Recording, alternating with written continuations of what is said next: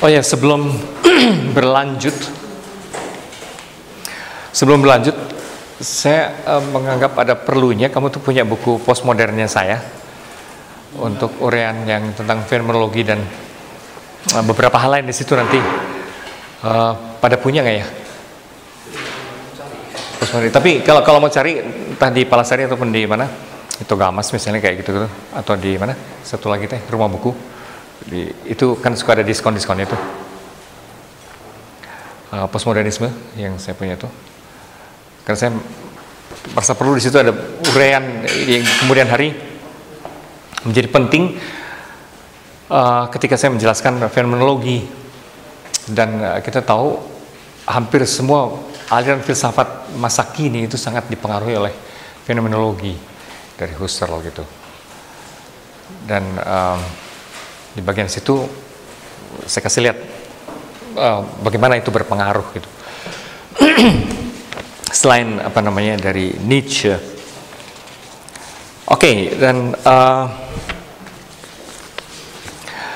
kali ini itu minggu-minggu depan saya akan mulai jelaskan fenomenologi dan kemudian masuk ke eksistensialisme. Tapi hari ini kita akan melihat dulu Kierkegaard. Orang suka menyebut orang ini bapak eksistensialisme ya.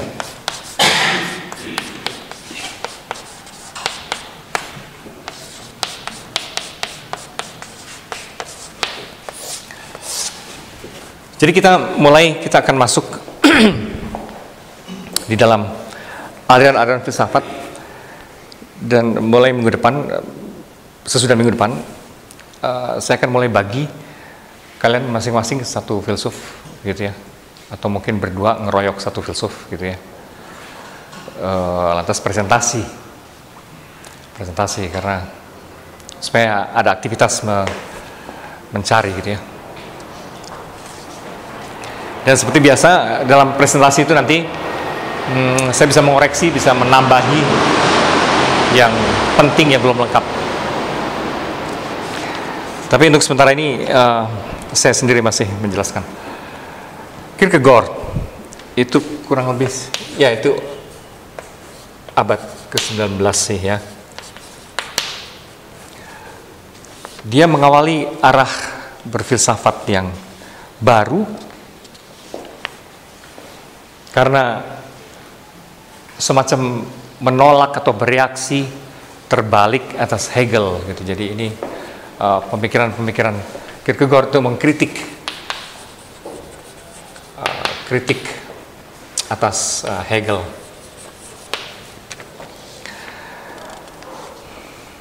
Di satu pihak dia mengkritik Hegel yang seakan-akan di situ tidak ada peran individu tuh ya, kehidupan individu itu hampir tidak terasa di dalam Hegel itu masalahnya itu. Karena seluruh kehidupan dan perjalanan peradaban itu hanyalah siasat dari ruh absolut ya, di absolute spirit gitu, untuk berkembang gitu.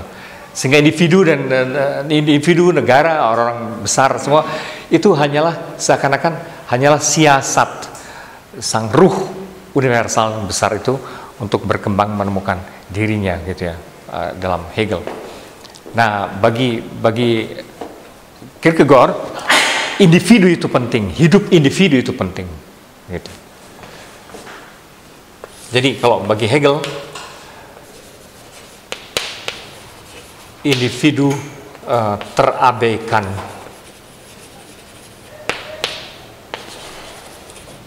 Demi perkembangan ruh absolut.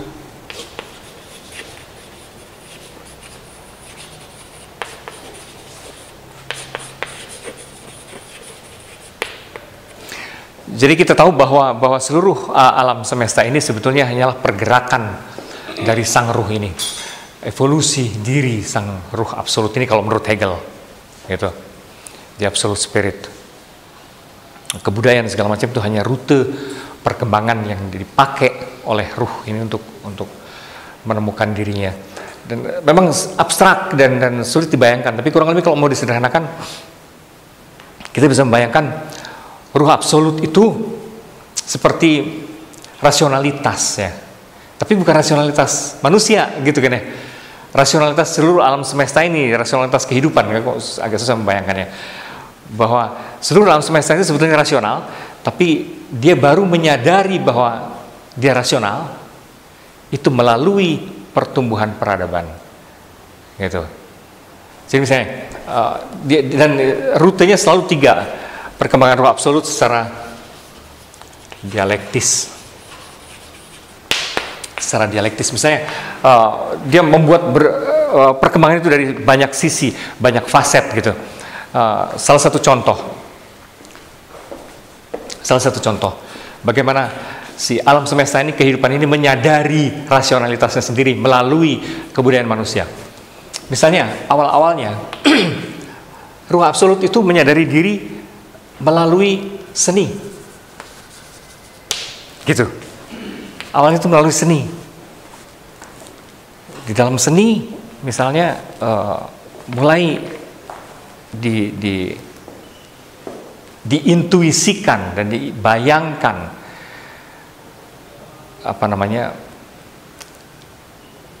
ruh absolut itu gitu kan ya, yang sebagai yang rasional dia belum kerasa banget, tapi dibayangkan, dilukiskan dan segala macam gitu.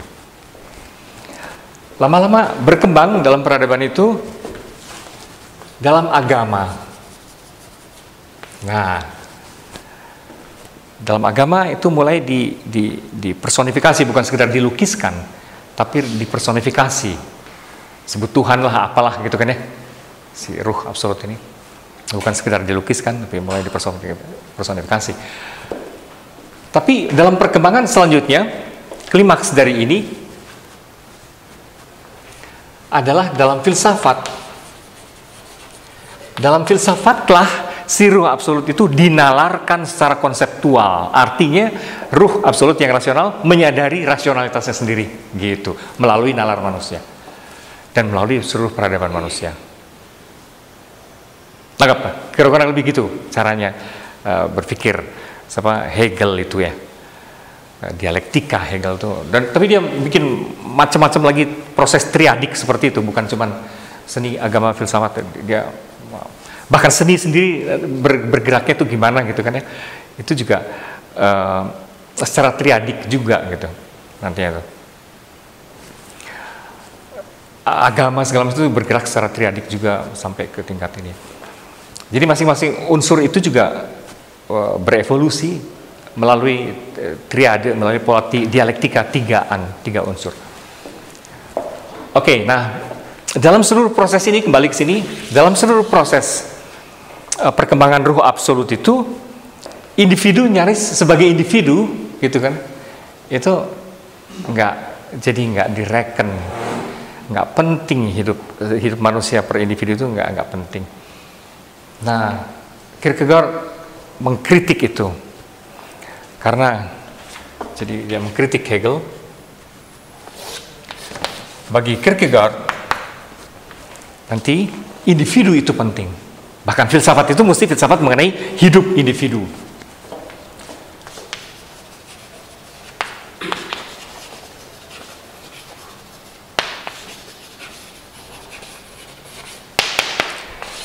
Gitu.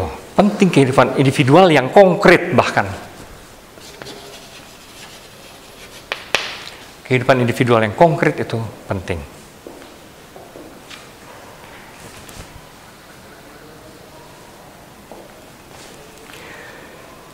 Nanti rinciannya, tapi kira-kira garis besarnya kritik atas Hegel seperti itu ya, bahwa hidup individu itu konkret, dan nanti seluruh filsafat eksistensialisme di kemudian hari cenderung melihatnya sebagai begitu. Jadi kehidupan yang konkret, eksistensi di kemudian ya.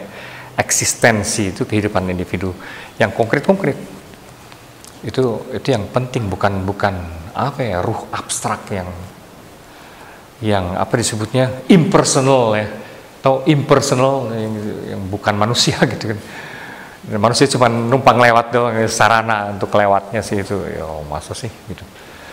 Nah buat Kierkegaard hidup individu konkret-konkret yang berbeda-beda itu penting, dan itu kita mesti berfilsafat tentang itu, bukan tentang sesuatu bla bla bla yang nggak jelas.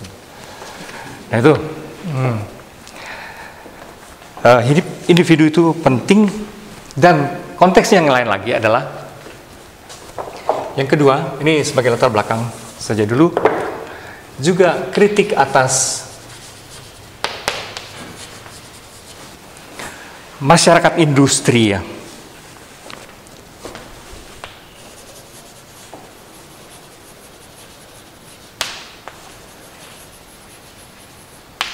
Masyarakat industri yang ditandai dengan budaya massa. Budaya massa.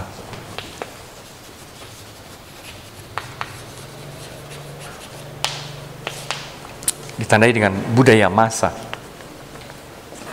Dan itu lagi-lagi tendensi Kierkegaard untuk melihat hidup individu yang konkret gitu kan, berbenturan kan. Dalam budaya massa semua seragam kan,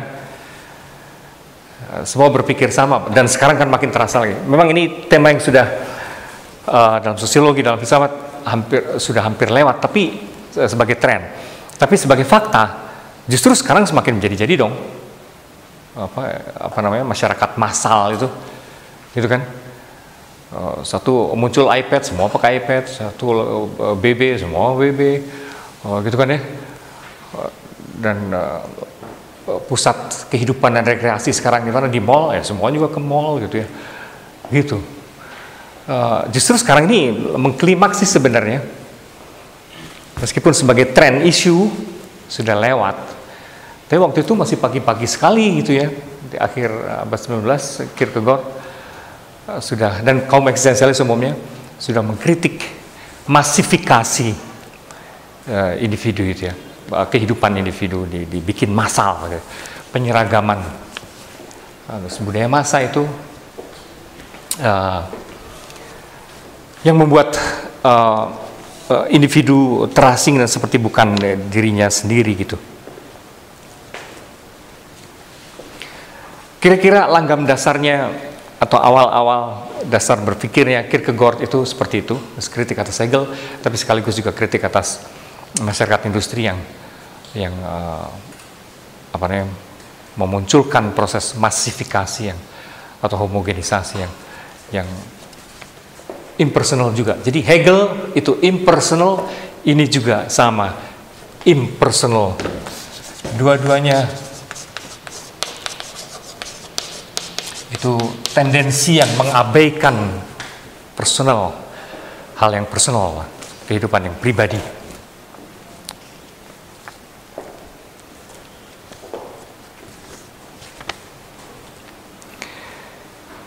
Ya,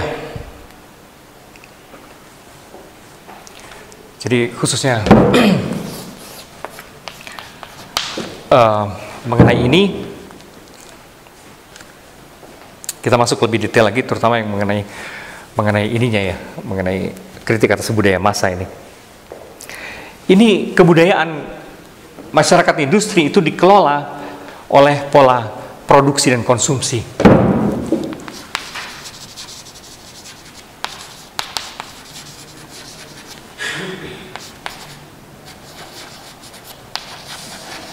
Oleh pola produksi dan konsumsi.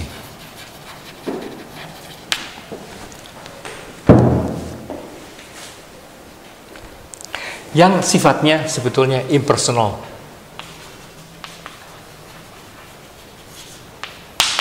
Yang sifatnya itu impersonal dan demi keuntungan kaum borjuasi saja gitu.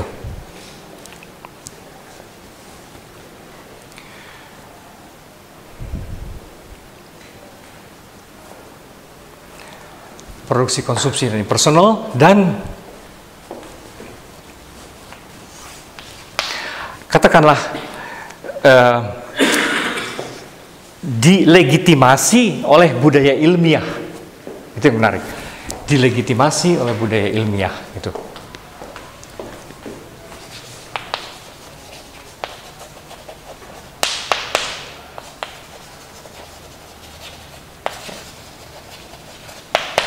dilegitimasi oleh budaya ilmiah.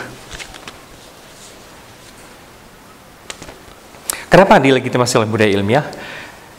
Jadi menurut dia, kurang lebih, budaya ilmiah itu adalah manifestasi dari budaya massa. Bentuk resmi dan disetujui, gitu ya. Disadari atau tidak oleh kita.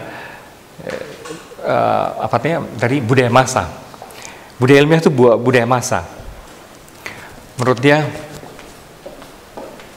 jadi budaya ilmiah itu budaya massa. Karena, nah ini menarik.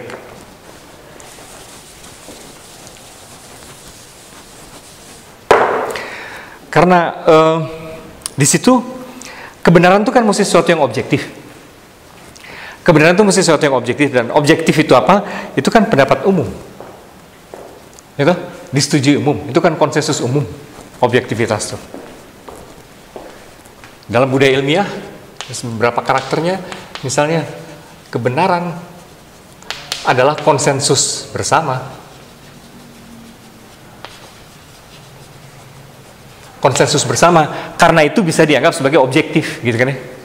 Objektif. Jadi dalam budaya ilmiah itu ada terkandung sebetulnya upaya penciptaan budaya massa, budaya ilmiah itu. Karena ada unsur objektivitas di situ. Dan objektivitas itu kesepakatan. Objektif itu kan berarti intersubjektif kan maksudnya, itu sesuatu dianggap objektif kalau antar subjek, antar para ahli, ya ada kesepakatan, gitu kan? Berarti intersubjektif. Jadi objektif dalam artian intersubjektif.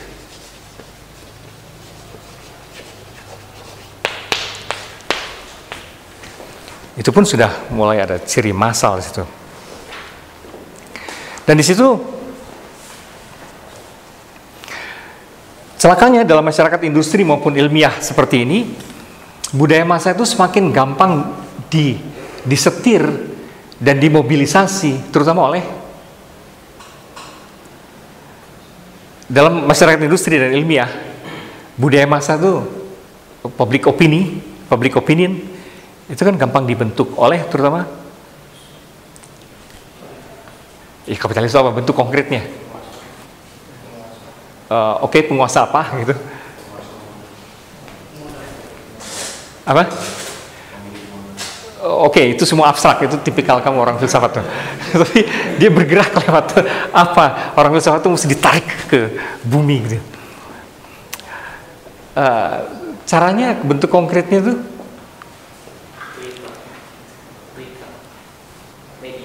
iya, alat-alat media komunikasi. Itu bisa televisi, itu bisa koran, itu bentuk konkretnya kan itu.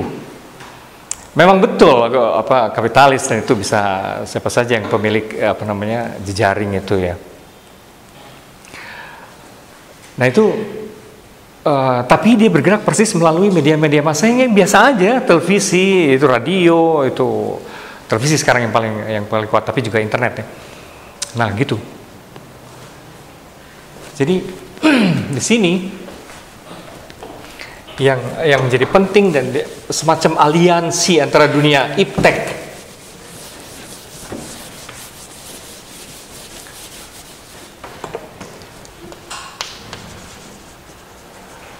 aliansi antara iptek dan industri itu adalah media massa.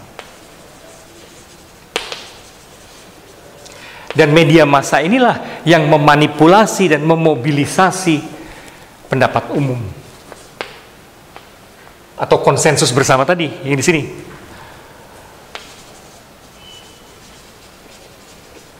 Mobilisasi dan memanipulasi pendapat umum.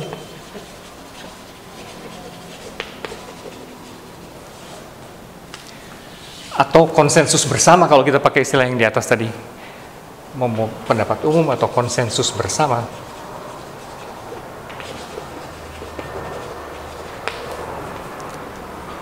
Gitu. Jadi apa ya? Coba kasih contoh. Apa yang pada akhirnya pendapat umum yang menjadi begitu kuat, padahal itu selalu masih bisa kita perdebatkan, kita pertanyakan gitu kan ya. Misalnya tentang isu apa ya akhir-akhir ini, misalnya yang cenderung judgmental sekali.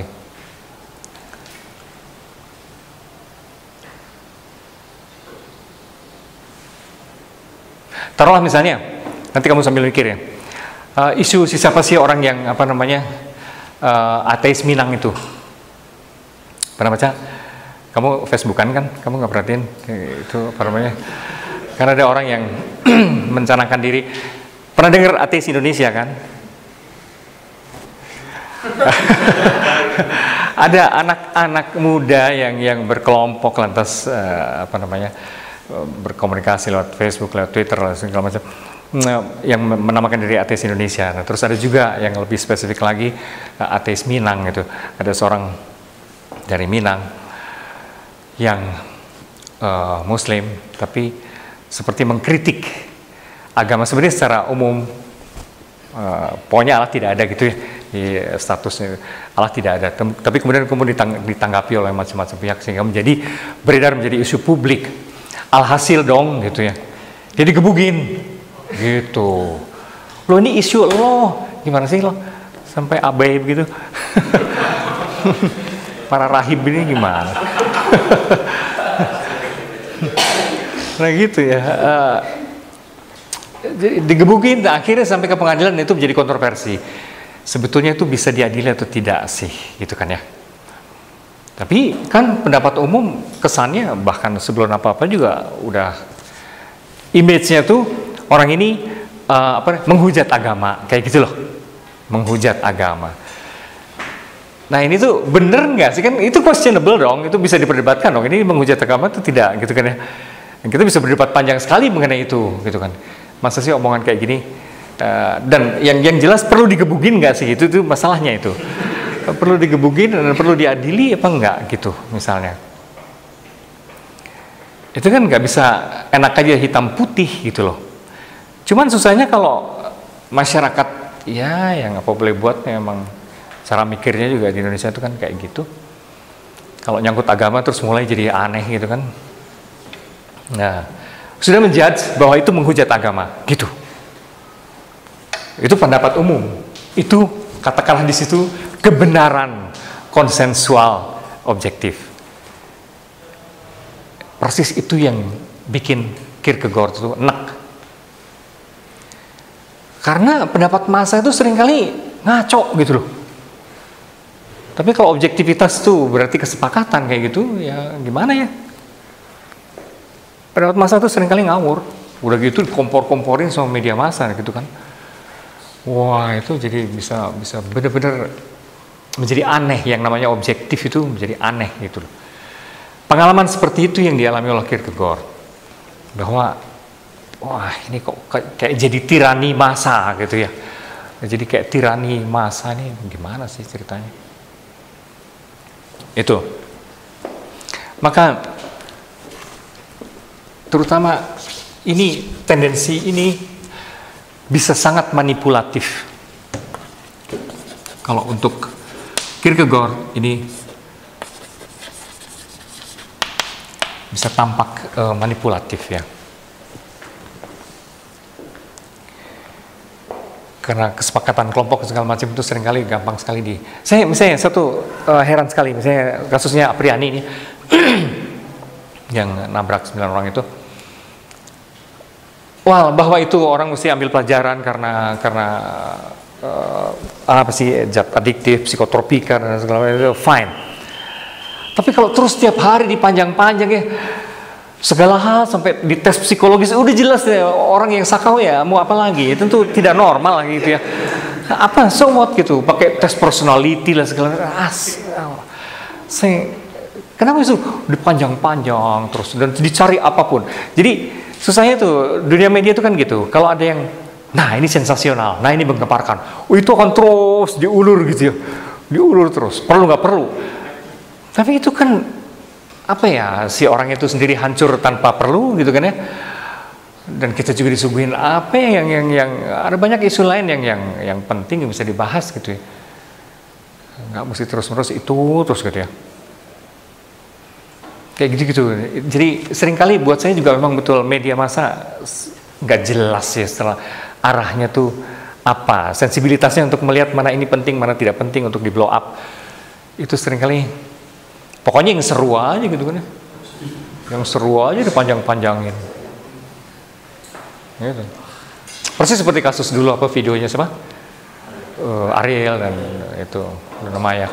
Itu juga kan saja gitu sampai please deh gitu, dan kita juga udah tahu semua apa gitu loh.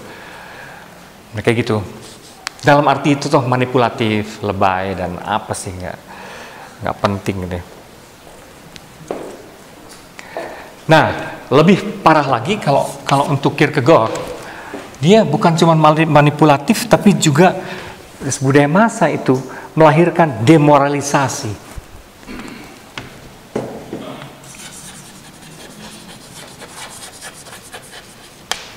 Ini tuh melahirkan demoralisasi juga gitu. Dalam artian apa? Dalam artian diam-diam mereka ini industri media massa ini yang menyeragamkan suara hati. Menyeragamkan suara hati. Entah dalam arti apapun, dalam arti menumpulkan suara hati, gitu kan? Atau membelokkan suara hati ke arah tertentu. Karena namanya juga mobilisasi dan manipulasi kan. Ada contoh nggak suara hati yang terbelokkan atau apa gimana? Ini apa namanya, menyeragamkan.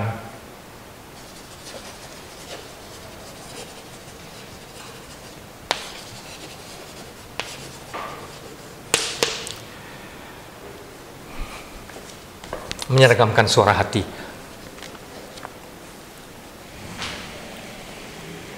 Ada contoh nggak ya? Dalam kultur massa, suara hati itu sebenarnya jadi nggak terlalu bunyi.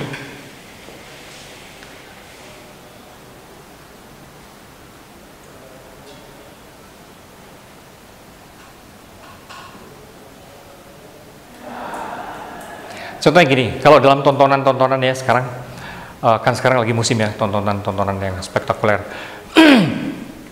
yang banyak diangkat di media massa juga sekarang. Karena hampir tontonan apapun kan dilahap kan hari-hari ini tuh. Tontonan apapun, dari segala band dari luar negeri, siapa, dari Lady Gaga, Katy Perry, semua apapun gitu kan ya, apapun dimakan gitu kan. Dan harga tiket berapapun gitu, amazingly, harga tiket berapapun dimakan aja gitu. Tiket yang paling murah kan untuk pertunjukan-pertunjukan internasional kayak gitu kan 1,5 kan gitu, ke atas artinya gitu. Nah ini ABG, nonton aja, gila, banyak duit loh negeri ini banyak duit gitu. Artinya bonyoknya, bokap nyokapnya kayaknya memang punya duit gitu. Nah oke, whatever.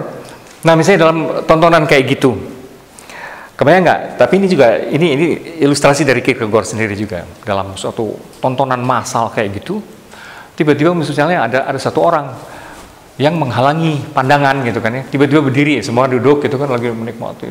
Tiba-tiba seorang berdiri, hei lo jangan berdiri, lo ngalangin gitu. Oke, cuekin. Woi, jangan berdiri. Kata yang satu lagi situ. Oh duduk, woi monyet. Gitu. Terus mulai satu ngelempar ini apa botol kayak apa gitu kan. Dan mulai dia ngamuk. Ketika ngamuk semua ngamuk juga gitu kan. Wah, terjadi baku sikat, akhirnya orang itu tewas. Akhirnya orang itu tewas, polisi datang. Ini siapa yang bertanggung jawab? Nggak tahu, siapa nih? Gitu kan ya. Itu tadi yang mukul, enggak siapa, tadi dia mukul. Gitu kan ya. Kebayang nggak? Masa tuh kayak gitu. Jadi ketika korbannya tewas gitu, tidak ada yang mau bertanggung jawab. Masa tuh binatang liar dalam hal itu. Yang ganas sekali gitu. Dan kebayangkan kalau satu dari tadi udah keki, kalau satu malah gebukin, gue gebuk juga gitu ya. Nah gitu, dan itu lantas akhirnya tewas orang itu. Dan siapa yang bertanggung jawab? Nggak ada dong, nggak ada. Semua juga angkat tangan, nggak tahu, udah kabur duluan, terus akhirnya nggak jelas siapa. Kayak gitu, itulah budaya massa. Dan di situ suara hati itu menjadi tumpul, ngerti nggak? Itu yang dimaksud. Persis seperti kalau kamu lagi nonton Persib atau apapun gitu kan, dan kamu kamu sebenarnya orang baik-baik yang cuma menikmati sepak bola. Tapi kalau para hooligan itu kemudian ketika Persibnya kalah, para bobotoh ini ngamuk, dan kamu juga sebenarnya keki, nah, kamu juga punya alasan untuk ngamuk gitu kan ya. Udah, kamu juga ikut-ikut jadi beringas. Nah, seperti itu. Itu atmosfer penyeragaman suara hati itu ya. Artinya penumpulan dan penghilangan, demoralisasi. Itu yang dimaksud. Demoralisasi itu yang dimaksud. Menyeragamkan suara hati dan meniadakan tanggung jawab.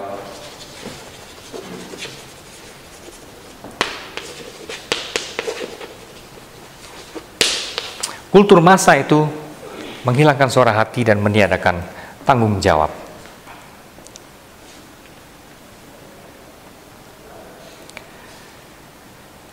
Dan bagi dia, massa itu selalu identitas semu ya. Massa itu selalu identitas semu.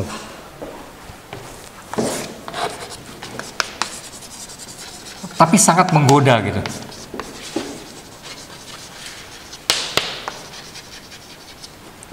Identitas semu.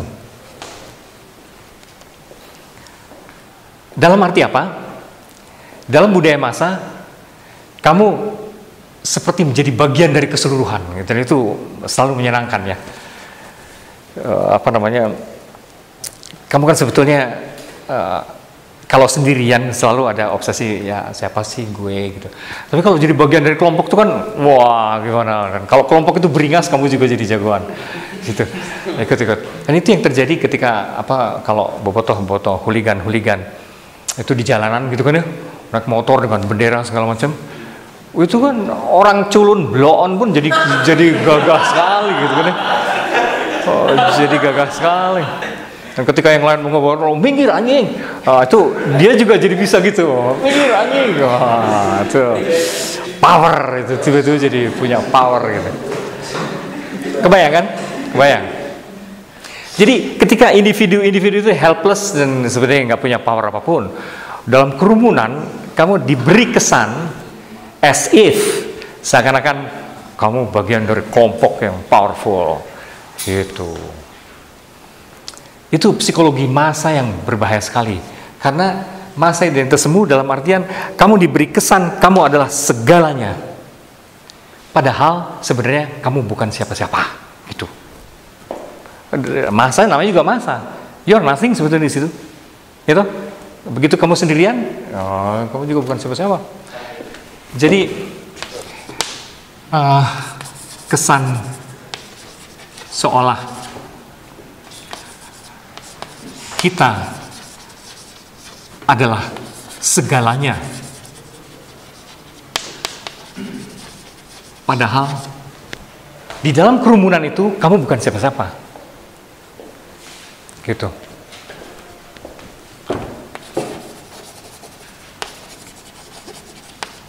Namanya juga kerumunan, sebetulnya setiap orang itu nobody dalam kerumunan dan tidak penting siapa gitu. Tapi kamu diberi kesan seakan-akan kamu bagian dari the great totality gitu. Padahal sekaligus you are nobody. Dalam setiap masa, dalam kerumunan masa, kamu tidak penting individu. Dia menjadi agregat aja, menjadi kumpulan makhluk aja gitu. Yang ketika 1-2 orang bilang serang, hajar, saya tahu. Wow, udah semua serang. Meskipun sudah kita ikut nyerang, apa sih tadi persoalannya gitu? Orangnya udah mati gitu. Baru kita mikir, tadi sebenarnya masalahnya gimana? Gue juga nggak ngerti. Stupid. Mengerikan sekali gitu. Itu yang disebut demoralisasi itu, seperti itu. Terus kita diberi kesan seakan-akan hebat gitu, tapi sebetulnya nobody. Ya. Kenapa saya merasakan bahwa juga ini sendiri juga mengkritik yang namanya komunitas ini. Karena kalau saya lihat ya di komunitas itu pun akan memiliki kecenderungan hal seperti ini, identitasmu. Contohnya dia ketika seorang polisi ketika dia masuk ke sebuah polisi pun mungkin dia bukan siapa-siapa gitu sebelumnya, tapi ketika dia masuk ke polisi terus bisa, wah senangnya aja ngumpulin demonstran gitu. Saya kira logikanya sama, yang dia maksud sama aja sih. Karena gini loh, sebenarnya riwayat hidup Kierkegaard sendiri orang yang menyendiri ya. Dan dia bukan hanya anti massa, tapi juga anti komunitas ya. Sama, komunitas yang homogen gitu ya. Itu kan komunitas juga sebenarnya. Atau paling kecil asrama gitulah. Nah, itu juga komunitas sih. Itu juga massa dalam kelompok kecil loh. Gitu. Dan massa tuh suka ini loh. Massa itu cuman kuantitasnya aja lebih kecil gitu kan ya. Tapi sebenarnya itu juga massa. Dalam massa seperti itu selalu orang mudah sekali mengorbankan seseorang gitu. Dalam hampir setiap komunitas ada aja itu maskot yang menjadi korban, menjadi kambing hitam, yang menjadi bahan olok-olok lah terus menerus dan kayak gitu ya. Itu mekanisme yang berbahaya. Sama, artinya cuman massa dalam arti itu jumlahnya lebih gede, tapi itu memang berlaku juga untuk masyarakat kampungnya, gitu kan? Dia pakai metafor yang aneh. Agregat atau massa seperti ini tuh bagaikan perkawinan di bawah umur, kata dia. Seperti ada komitmen, tapi sebenarnya tidak matang sama sekali gitu loh, maksudnya. Massa tuh ada komitmen dan nggak begitu dikasih ini jadi committed ya. Begitu menyerang si bobotoh ini menyerang lawan mainnya, itu ada komitmen di situ. Tapi mentah sekali ya, artinya sebetulnya tidak ada kedewasaan gitu kan. Kalau perkawinan di bawah umur maksudnya gitu kan, tidak ada kematangan, sehingga komitmennya juga aneh gitu. Nah, dalam kultur massa ada sisi lain lagi. Dalam kultur massa ini heroisme itu diganti dengan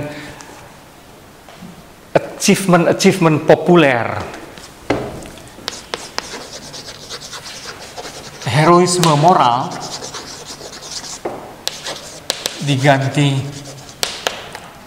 achievement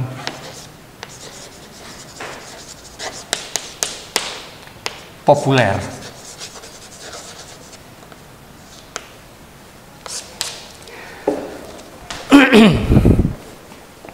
Jadi kalau dulu barangkali kita juga masih mengalami sih barangkali di masa-masa revolusi gitu kan ya. Di situ bagaimanapun ada semacam kepahlawanan. Dan itu sudah melahirkan tokoh-tokoh besar seperti Sudirman lah, siapa lagi? Siapa? Apal nggak sih lah? Masih apal ya? Para pahlawan tuh. Ya, kayak gitu-gitu ya. Kayak Jardiwantoro di bidang pendidikan, terus ada Tan Malaka di bidang politik, dan seterusnya. Cut Nyadi dan seterusnya. Itu bagaimanapun adalah heroisme moral yang berbuat banyak untuk mengorbankan diri untuk kepentingan lebih besar, dalam arti itu ya, heroisme moral. Tapi dalam kultur industri itu tuh makin sedikit dan makin hilang. Diganti apa dong? Hero-hero baru adalah para selebritis dong. Itu lain sekali loh. Kenapa mereka menjadi tokoh-tokoh yang dikagumi? Karena dengan cepat sekali menjadi kaya dan terkenal. Nah, itu kan ideal orang itu kan zaman sekarang ya gitu. Nggak susah-susah. Bagaimana cepat terkenal dan kaya. Wah, itu dia. Maka ya sebut saya siapa saja hero-hero seperti itu hari ini gitu loh. Semua yang selebritis yang pada nongol di televisi dengan sangat cepat itu gitu ya. Siapa aja sebut? Hah? Polisi itu siapa lagi? Ya? Sesuatu itu. Terus siapa lagi? Si yang berpirang itu siapa? Sule dan sebagainya. Dan orang seperti itu bukan hero moral. Ya mereka mengagumkan tentu in a way, artinya orang yang memang berbakat dan mungkin beruntung juga dan ya pokoknya naik. Tapi itu kan beda sekali dong kan dengan hero-hero moral dong. Beda banget dong. Gitu. Dengan Mahatma Gandhi. Wah, beda lah gitu ya. Beda sekali gitu ya. Meskipun akhirnya dia juga jadi terkenal dalam arti itu, tapi sama sekali bukan tujuan mereka gitu untuk itu. Tapi itu diganti dengan begituan. Jadi dengan achievement populer di sini ya kita bisa sebut sih celebrities.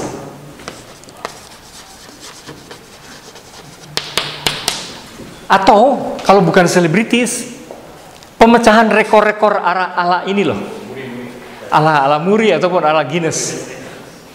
Jadi nggak penting sih lo berkorban atau tidak buat orang lain, tapi sejauh kamu bisa berjalan mundur 100 km kayak gitu, dari Bandung sampai Jakarta misalnya gitu ya. Nah itu wah top gitu. Padahal apa artinya jalan mundur dong, please deh gitu. Terus rekor sebelumnya berhasil tinggal bersama ular-ular selama 5 hari, dan kamu bisa 7 hari. Wah, yang apaan gitu ya? Ngerti nggak? Achievementnya itu beda gitu loh, prestasinya itu beda. Yang bisa lagi yang lebih konyol lagi kalau mau. Orang lain mencuci mobil dan segala macam gitu. Nah, gua mencuci pesawat dengan es krim, ayo.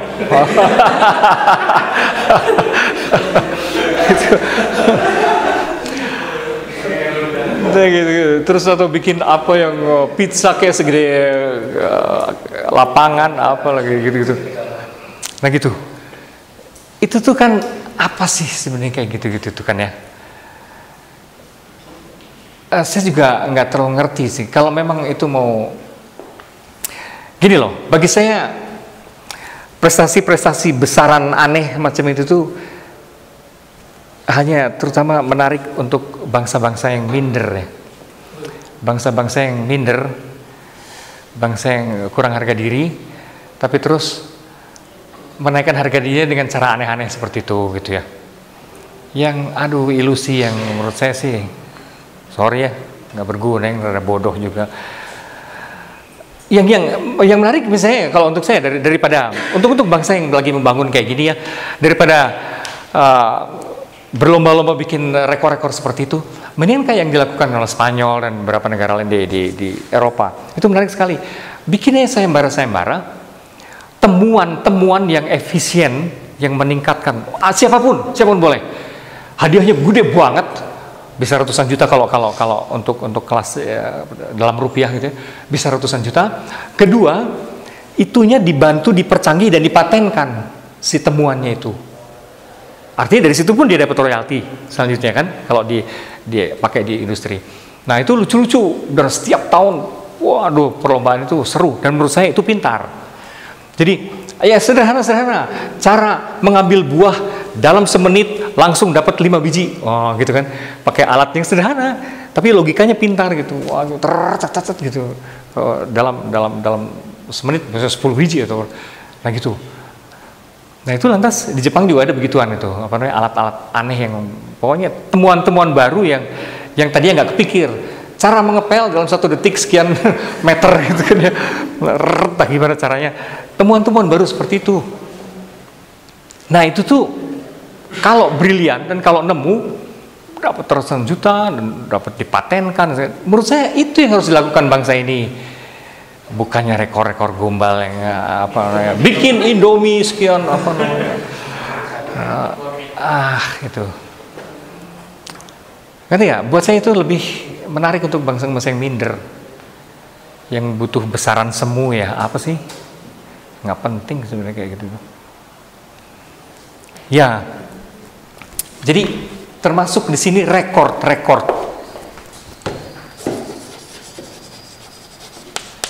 Saya tahu dalam kepentingan yang lain, dalam perspektif yang lain itu menarik ya, menembus batas rekor tuh oke lah, itu mungkin kebudayaan manusia memang. Dalam kerangka kebudayaan manusia mungkin ada pentingnya juga dalam sisi tertentu, melampaui batas setiap kali. Fine, tapi untuk saya, untuk negara berkembang beginian yang masih terus-menerus dilanda kemiskinan dan segala penderitaan, ngapain juga gituan gitu. Apalagi kalau rekor-rekornya tuh nonsens sama sekali gitu ya. Kan saya seringkali merasa gimana ya, makanan-makanan dibikin hanya untuk perayaan kayak gituan gitu kan ya. Bikin pizza sangat gede atau bahkan es krim diambur-amburin untuk misalnya mencuci pesawat. Apa ya, nggak tega gitu. Banyak orang mengais-ngais makanan dari tempat sampah dong, tiba-tiba yang ini berpesta pora, ada sinting seperti itu, menurut saya doesn't make sense. Apa gitu, kekonyolan yang apa gitu seperti itu. Kelatahan yang bodoh gitu. Buat saya, ya. Buat saya kelatahan yang bodoh. Dan dari sudut itu nggak ada penting-pentingnya sih, dicatat-catat di museum segala macam. Oke. Sekarang itu ada semacam degradasi di dalam heroisme dalam hari itu. Masyarakat industri heroisme jadi aneh gitu. Beramai-ramai membuat gedung yang paling aneh sedunia. Wah, itu kayak gitu-gitu. Untuk apa ya? Hanya untuk wah aneh ya. Apaan gitu ya, enggak. Ya semacam itu. Sementara di wilayah moralitas justru orang seperti kehilangan keberanian dan kehilangan kepentingan, kehilangan komitmen gitu. Ya saya nggak tahu itu sejauh mana juga di Indonesia itu merajalela ya demoralisasi seperti ini.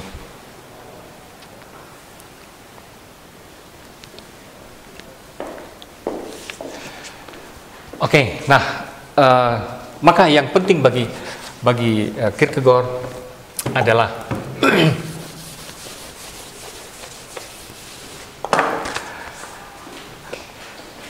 melihat bahwa revolusi sosial itu sebetulnya tergantung pada transformasi individual.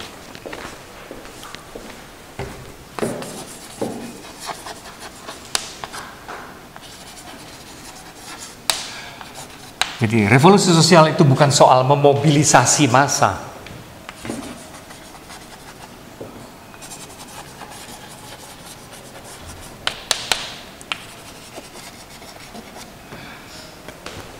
Melainkan transformasi individual. Tergantung pada transformasi individual.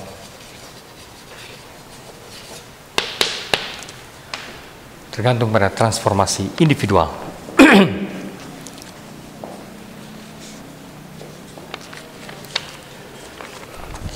Artinya apa? Individu tidak boleh tenggelam, lost in the crowd, ya. Tidak boleh hilang di dalam massa. Dan harus dikembalikan lagi ke kekuatan individu, perubahan individu itu yang akan sebenarnya make sense nggak di sini? Masuk akal nggak sih? Bahwa transformasi sosial, misalnya revolusi sosial itu tergantung pada transformasi individu. Ada nggak contoh bahwa perubahan masyarakat itu gara-gara satu orang? Apa? Oh, itu dalam teknologi ya. Ya, orang seperti Bill Gates dan segala macam menemukan Microsoft, terus apa yang Apple itu siapa? Steve Jobs dan segala macam itu akhirnya menggulirkan, tapi itu dalam wilayah teknologi, mengubah seluruh pola hubungan-hubungan dan komunikasi dan informasi. Tapi juga yang menemukan telepon, yang menemukan radio segala macam. Para penemu itu umumnya memang seperti itu di wilayah material teknologis. Tapi kalau di wilayah kiblat nilai dan moral misalnya atau apa, coba. Perubahan sosial itu diakibatkan oleh satu orang. Apa? Oke, satu contoh Martin Luther King.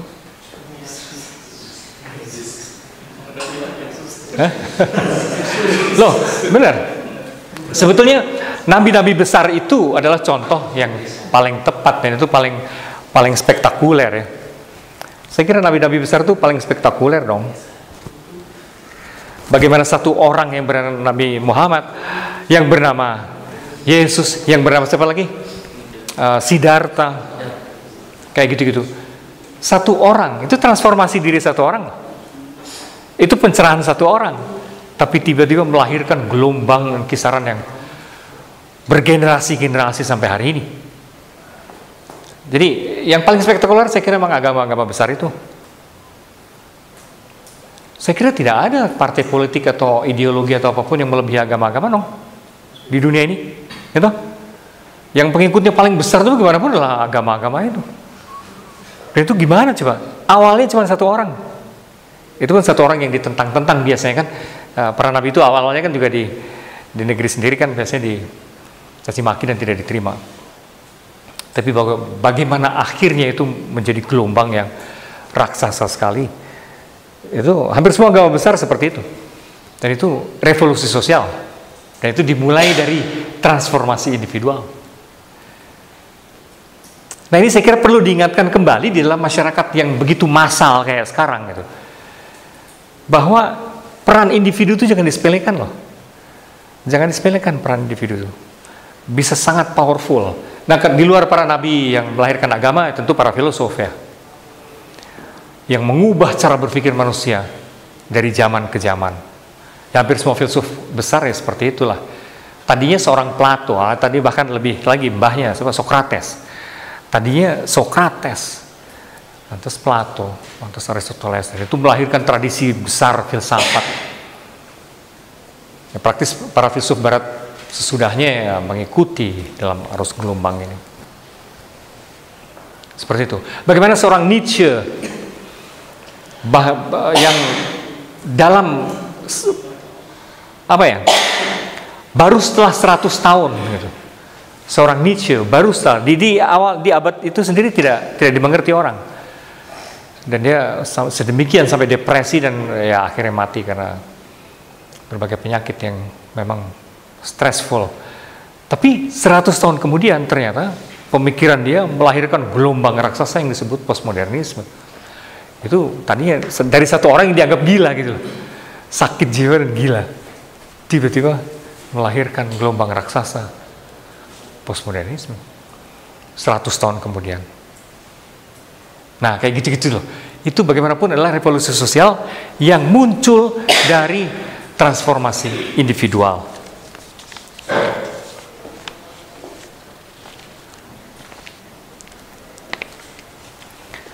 Oke. Jadi transformasi individual itu penting. Susahnya ada tendensi dalam masyarakat industrial yang massal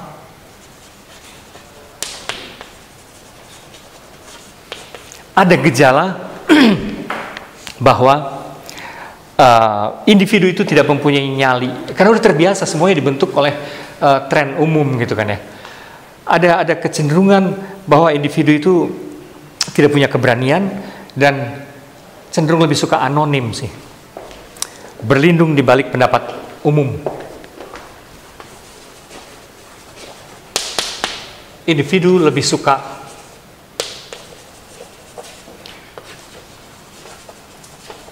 berlindung di balik pendapat umum.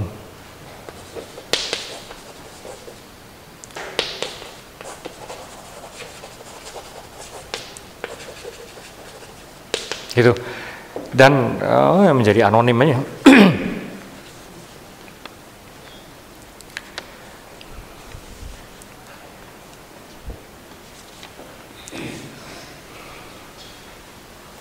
Padahal berbahaya sekali tadi pendapat umum tuh. Dalam bahasanya Kierkegaard, yang lain lagi, pendapat umum itu bisa sangat manipulatif dalam arti gini, bahwa segala ketololan bisa menjadi kehebatan gitu loh. Dan sebaliknya, segala kehebatan bisa menjadi tampak tolol gitu. Itu kalau dalam bahasanya dia. Yang mudah sekali mengubah ketololan menjadi kehebatan dan sebaliknya.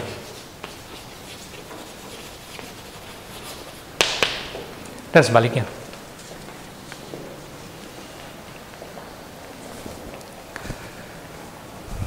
Ada contoh? Coba cari contoh di sini. Bagaimana ketololan menjadi kehebatan? Pendapat umum ya. Kehebatan menjadi ketololan. Siapa ya?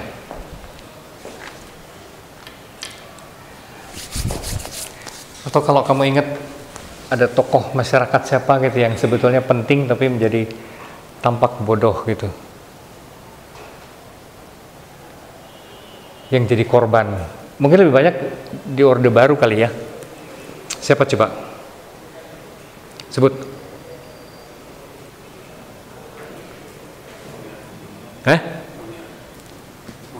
Munir, oke. Itu salah satu. Munir itu penting dan sebenarnya itu hero dalam arti moral ya. Artinya terus-menerus mengidentifikasi orang-orang yang hilang, orang yang menjadi korban politik gitu, dan semacam melakukan advokasi untuk itu. Sampai akhirnya dia sendiri memang dalam atmosfer politik itu tampak konyol gitu kan, sampai akhirnya memang dibunuh juga. Dan sampai hari ini masih nggak beres juga itu urusannya. Tapi segala orang juga melawan korupsi bisa tampak konyol kan hari ini. Ketika semua orang yang masuk ke dunia politik benar-benar hanya untuk mencari kekayaan secara oportunistik gitu. Kalau tiba-tiba ada orang yang idealis sekali di situ, memang jadi tampak bodoh. Karena semuanya nggak gitu. Ya. Jadi kita mesti cukup waspada terhadap tendensi kelompok ini yang memang dengan mudah mengubah segala ketololan menjadi kehebatan maupun sebaliknya. Nah, transformasi, kalau kita kembali ke sini, transformasi individual itu adalah soal. Jadi karena ini maka dibutuhkan transformasi individual. Nah, transformasi individual itu adalah soal keberanian memilih dan bertanggung jawab. Keberanian memilih nilai dan hidup kita sendiri dan mempertanggungjawabkannya.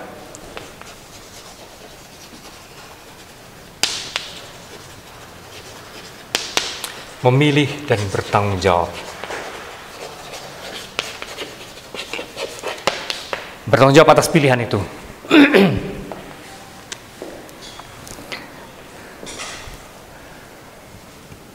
Nanti berkaitan dengan soal pilihan hidup dan pertanggungjawaban hidup itu, nanti dia cerita mengenai 3 jenis kehidupannya.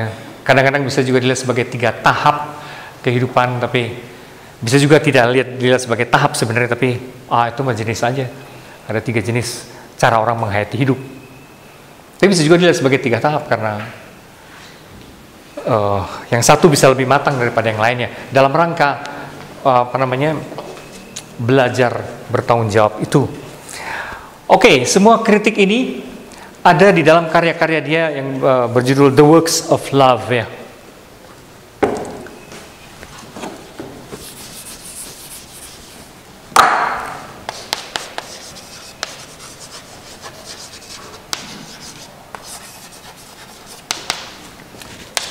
The Works of Love.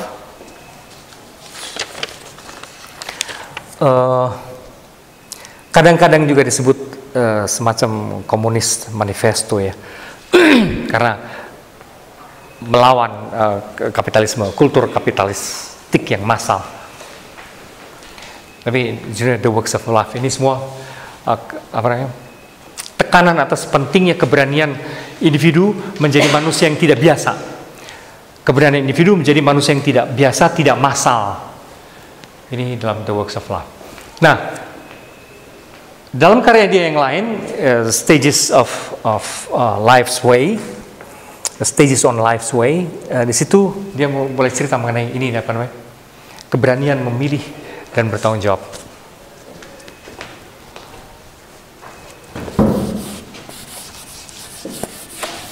Atau ada komentar dulu sampai sini?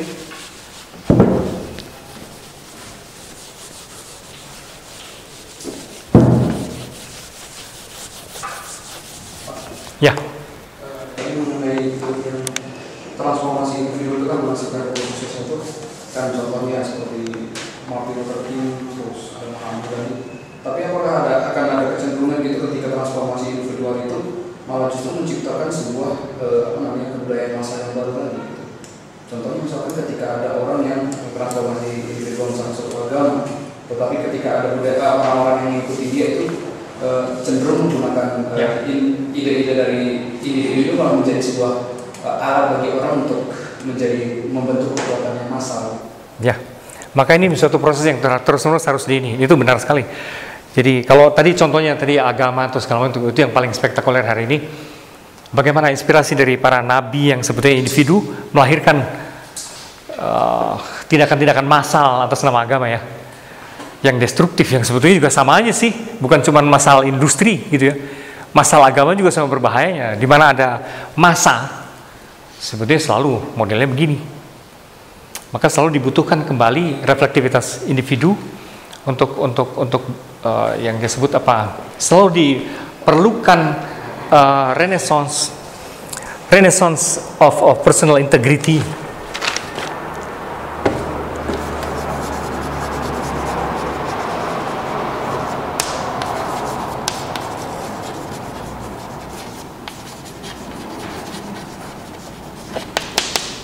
Jadi selalu dibutuhkan kembali renaissance, kelahiran kembali integritas diri.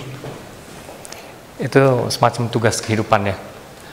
Karena benar, sebenarnya apapun ya, tidak mesti industri sebenarnya melahirkan budaya massa.